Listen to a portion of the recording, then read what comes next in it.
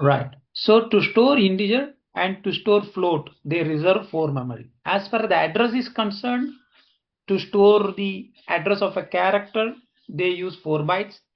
To store the address of a number, that means address of a integer pointer, they use 4 bytes.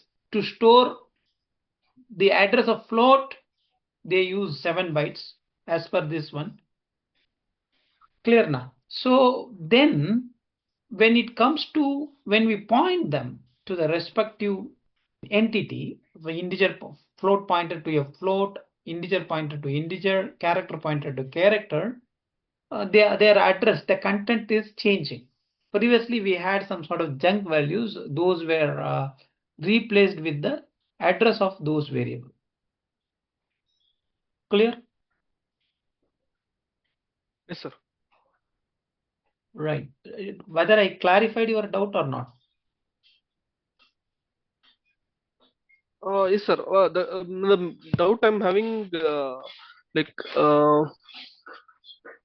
I need to try with myself sir, once. Like, I will get clear. No, I Once I believe will you. try from. I think if you have a doubt, you can ask me. We can Yes, sir. discuss that.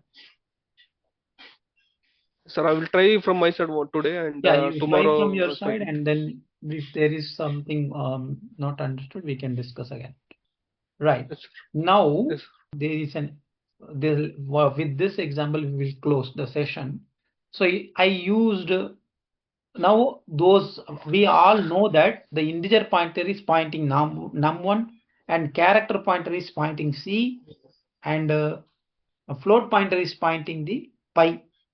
That we all understood right now. So what I am going to do, I am not going to use variables now.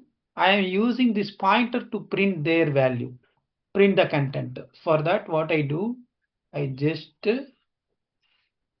after we do that assignment, we just use. We can remove these lines. These were not required. These are not required.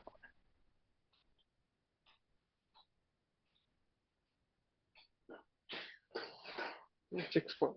Integer pointer is an integer. Character pointer content will be a character. Float pointer content will be a float. So what we can do now? Any idea? Just use star to get the content. Actually, when I just use that pointer name, I represent address. When I use star, the value pointed in that address, value pointed by the pointer, value in the address which is pointed by the pointer. Right, that is what it means.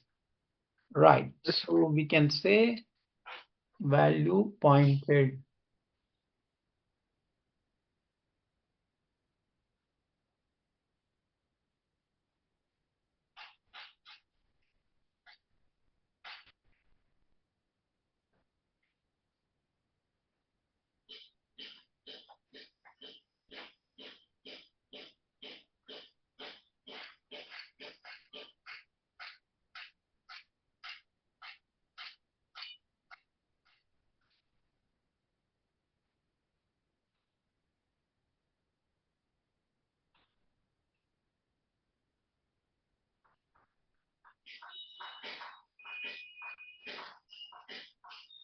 So we have to get int pointer is pointing num, so we have to get a value in the num value of num.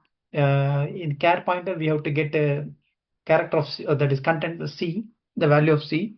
For float pointer, we have to get value of pi. If we get, the thing is done. We are clear with pointer. Let us see whether that happens.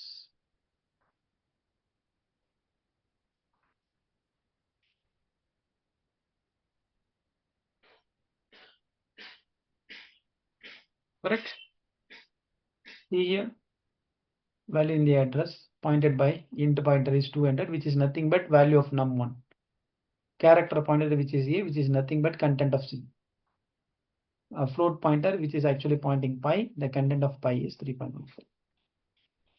Clear? here you have to you have to watch very careful in the notation that we use, right? That how we get the value pointed by value in the address pointed by the pointer. So this is to get